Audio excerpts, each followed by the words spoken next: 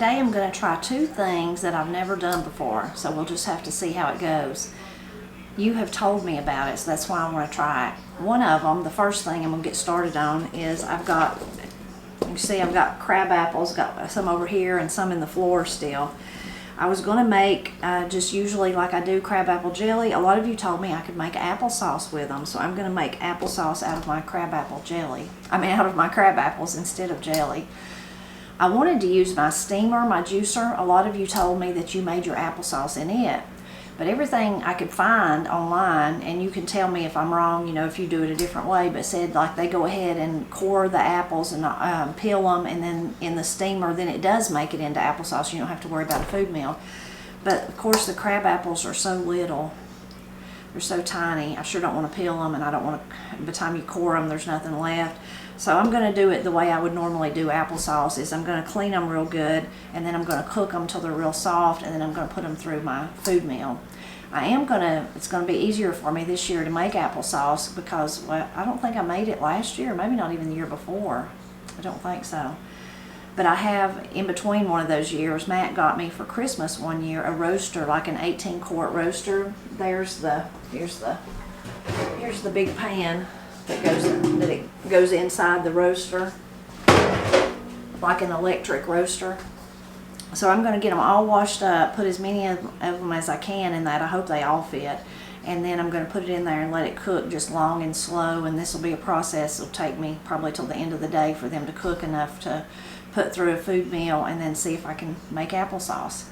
So that's one thing I want to try. I've never made applesauce with the crab apples. And the tree down at Corey and Austin's does really well. It has for many, it's been there a long, long time. My brother and sister-in-law planted it many, many years ago. So if we could make applesauce out of it, that would be a great resource. Other thing I want to do is, a lot of you, when I talked about how I can tomatoes, said that you can tomatoes. Several of you said that you just core the tomato, wash it of course and core it, and then you put the tomato, the skins, and everything in a blender and blend it up, and then that way you don't even notice the skins. It's just in there, and then you can that. So this late in the season, I don't have many tomatoes left. I've got, I don't know, probably not even enough to fool with canning, but I just can't wait to try that. So I've got some in here, and then I'm going to make a loop outside and see if I can get any more of at least the tomatoes and just add them to it. And even if I just ended up with a jar or two, I just want to see the process and, you know, see if we like the texture of it and then, you know, how it works, because that would just be so much easier. It would be easier. So I want to try those two things today, things that I have never done before. And my first step, though, is to get all these washed. They've not been washed yet. They've still got leaves where me and Matt gathered them. Wash them up, get them all cleaned up, get them in the roaster, and get them started cooking.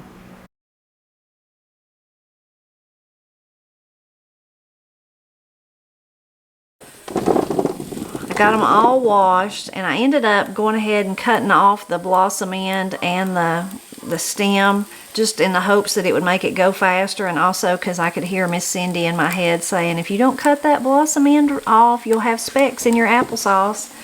So I did that, and I'm going to add some water, not a whole lot of water, but just enough to make sure they don't scorch.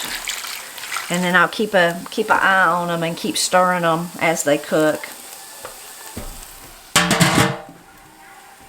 Since I got the apples going, I've come out to see if there was any more tomatoes out here that I could add to my trial run of putting them in the blender. I found one Cherokee purple. I'm finding some of the little orange ones. Some of them have split during all that rain we had. There's some of the little red ones. I guess I'll look over here in the nasturtium, see if I see any of the little Matt's cherries. Since we're just gonna blend them, I could just throw them in there every little bit, right? There's some of those. I'm sure it took these a long time to ever start producing. So it's crazy that here it is October, and I've still got these little tomatoes. A few of the others, but they're kind of dying out. This one still looks pretty good though. It's just laid over in the nasturtiums. This is where the cucumbers were, but they've been gone a while. Oh, there's some.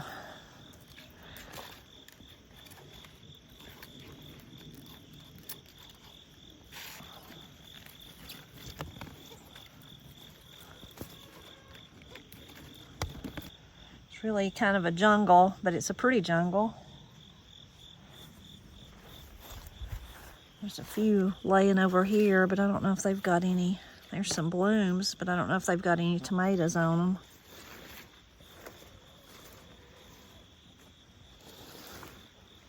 See some green ones, but no red ones. Plant has also laid over into these.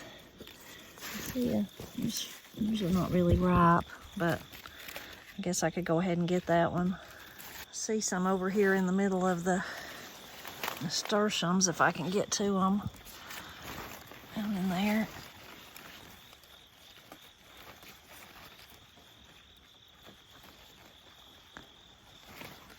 And I see some more.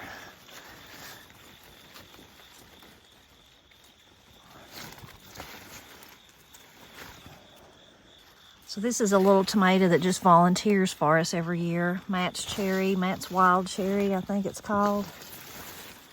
It's really teeny tiny, about like a blueberry, but really, really delicious, really sweet. It's starting to rain on me, but this is one more volunteer plant. I'm not sure what kind it is, maybe a sun gold, or we had some different little yellow ones we grew last year. Maybe that was the year before, so it could be from that. But I'll try to hurry up and get them before it starts raining too much. I ended up with a few more anyway, a lot of tomatoes, and I found a tater. It may be bad. I guess the rain had washed it out of the ground where Matt and I had missed it. So I'll take it in and take all my tomatoes in and wash them up, and we'll be ready to try the next thing.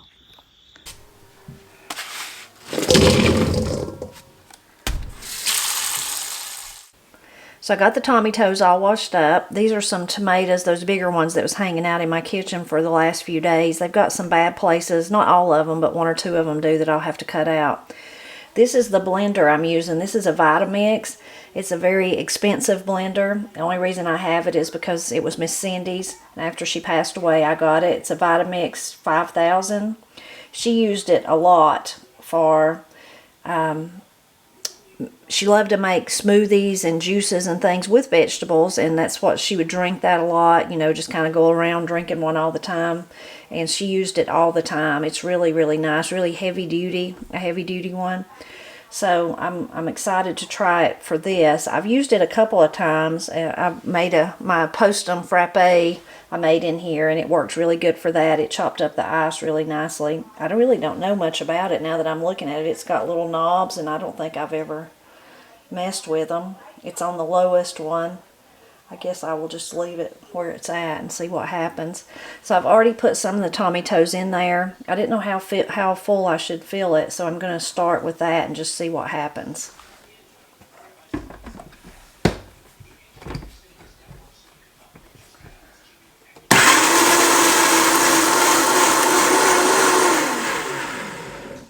Well, that was really quick and really short. Let's see what the inside, what I think it looks like. Of course, I splattered some on me to begin with. I don't think I should have filled it up any fuller than that.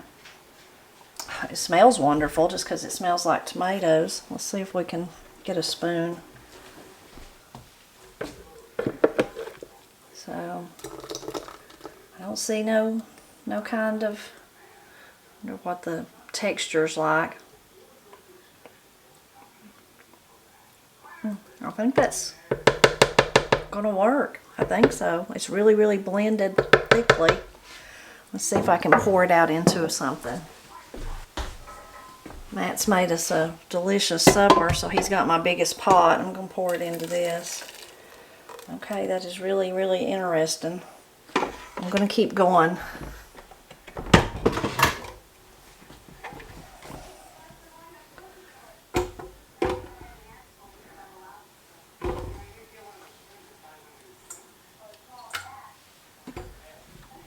This is an excellent thing to do. I've already realized that with the tomatoes for sure.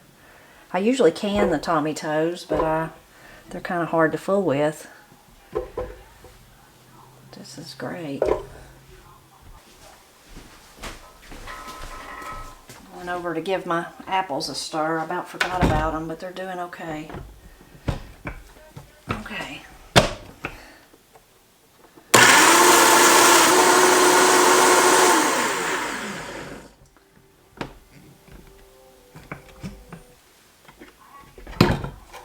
Okay, I'll keep going. Now, one video that one of you sent me, sweet lady sent me, showed someone doing this, and then they didn't do it, puree it as much as what I'm doing, but they let it sit overnight, and then the liquid separated from the tomatoes, and then they just drained off the liquid, and then they had the tomatoes to can. So that's another option, to do it like that. But I'm just curious about keeping it all, keeping everything, even the skins and all. Since usually we take the skins off but keep everything else. Let's see. I guess I can start coring these and putting them in. I guess maybe I should cut them up into pieces.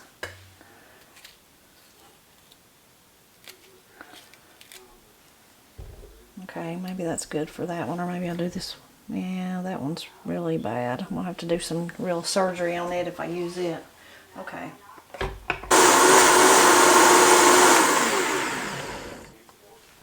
I'm gonna core these and chop them up and put them in there, and then once I get that done, I'll show you how it turns out, what it looks like, an up close view. Well, I got them all the tomatoes done, and so you can see the texture of it.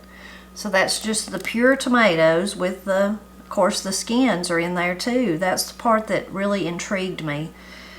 We always leave our seeds in the tomatoes, usually when I can them, so the seed part I wasn't concerned about. I guess you could certainly remove the seeds if you wanted to, or grow tomatoes. You know, some have more seeds than others. But I think this is really interesting. Mostly what we use our canned tomatoes for is, you know, soups and stews, those kind of things. So this would be perfect for that. You wouldn't notice the tomato as far as the texture, like tomatoes in it, but you would definitely have the flavor.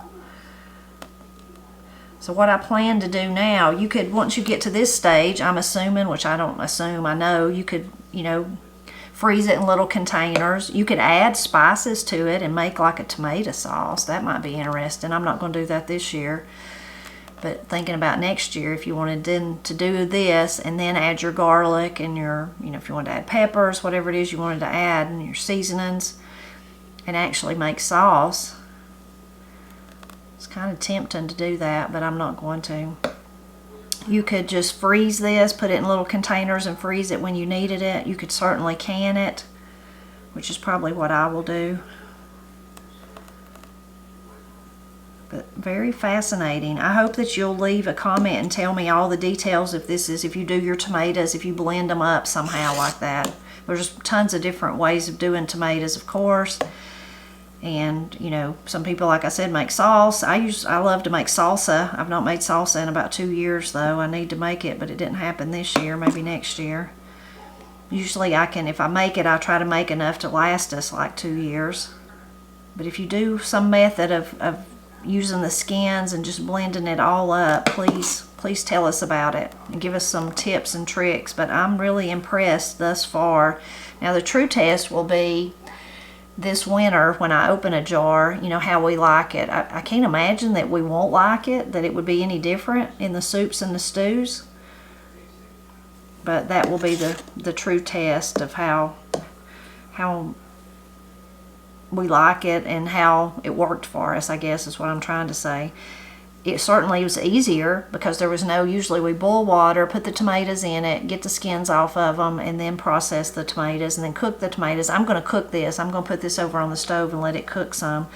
But this is definitely easier. So I'm glad I tried it, and I hope you'll leave a comment and tell me if you have experience doing your tomatoes this way and what you do and how it works, and even how you use it later in the winter. You know, if you just use it in soups and stews, if you use it in spaghetti sauce or some other kind of red sauce, leave a comment and let us know.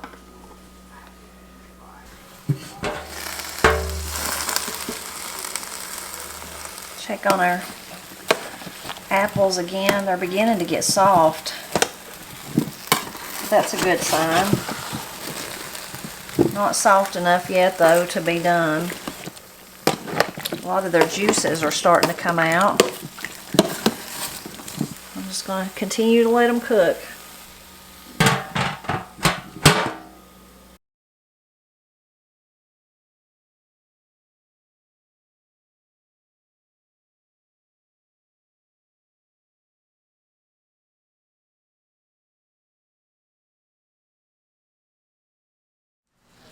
Another chore I had to do today was I had some peppers. Me and Matt had gathered all the peppers. The way I preserve my peppers is really one of two ways. Either I use them in pickles. I've got some videos about that I could link to. Or if I'm going to use them, thinking about in the winter when maybe we're going to have to do a stir fry or something like that, or we're just going to cook some peppers in something, I freeze them. So what I like to do is I have them, let me get the rest of these up, I just chop them, dice them up.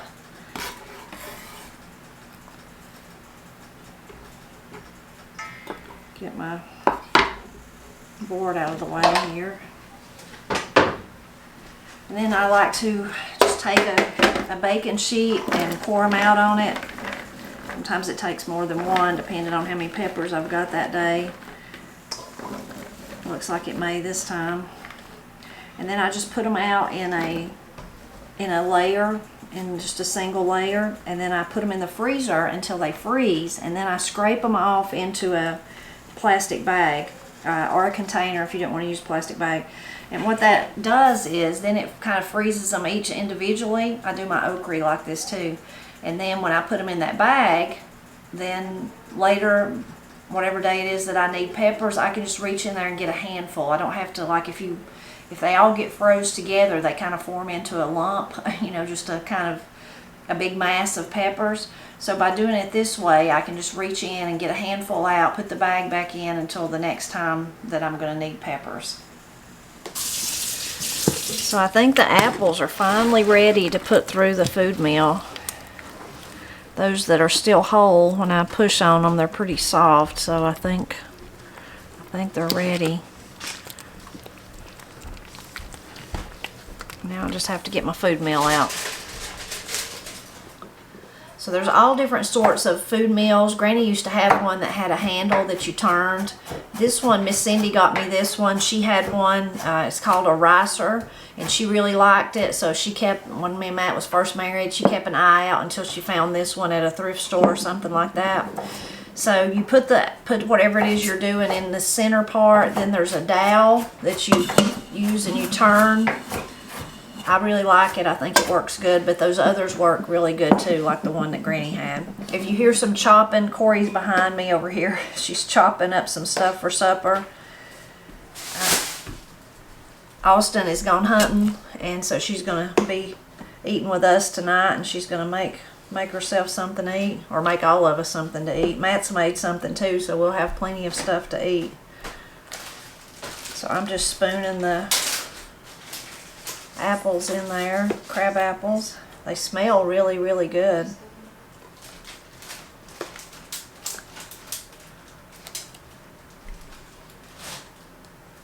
You have a rich apple smell, even though crab apples are not sweet. And you just start working it around.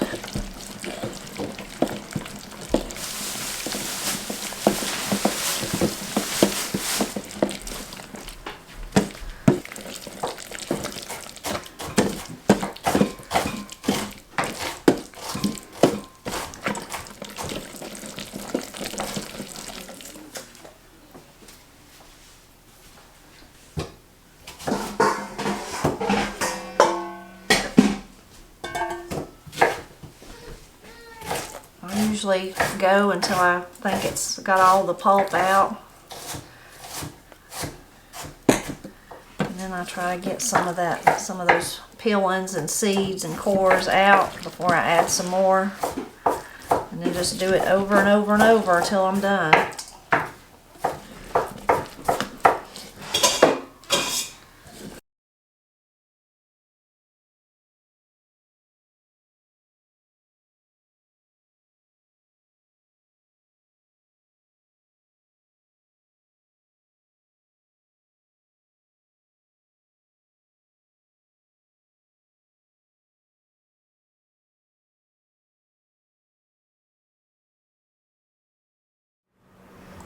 I got all the apples run through the ricer. You can see turned out to be really, really pretty applesauce.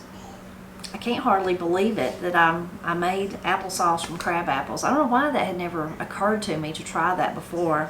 Now it is really, really tart, as you imagine. I'm sure if you've ever tasted a crab apple, you know.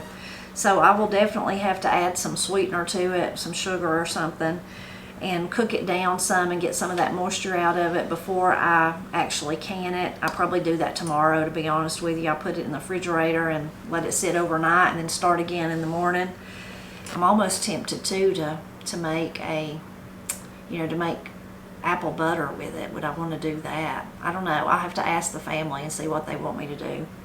Probably too, what I could do now that I'm looking at my roaster is, instead of putting it in the refrigerator, I could just put it back in that roaster and turn it on very, very, very low heat and let it cook, even overnight if I wanted to, and then can it tomorrow.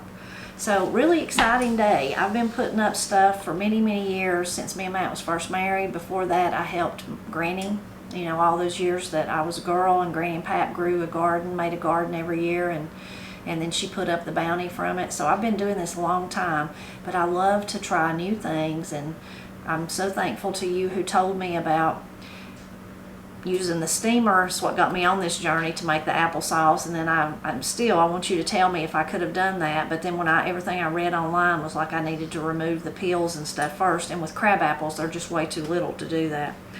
But then also the tomatoes, I've never thought about just blending it all up and then cooking it and then canning that. I've never thought of that. I think it turned out real pretty, and I think we're gonna like it. It's got a real thickness to it. It's real smooth.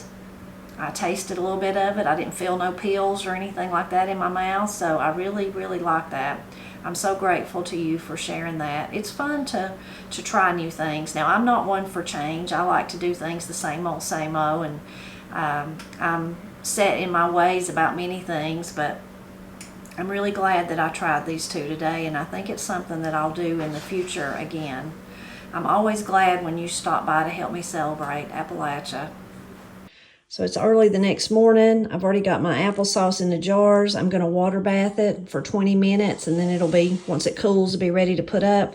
I took a poll of my family. They didn't want me to do apple butter. The girls wanted me to just can it and not put any sugar in it, thinking that maybe they'll use some of it for baby food for the boys in the coming year. And then if it needs to be sweetened, because it is crab apple, we could add some maple syrup or something to it as we eat it. I also, last night, canned the, tomato puree. I don't know, but it's really beautiful, isn't it? Really turned out nicely.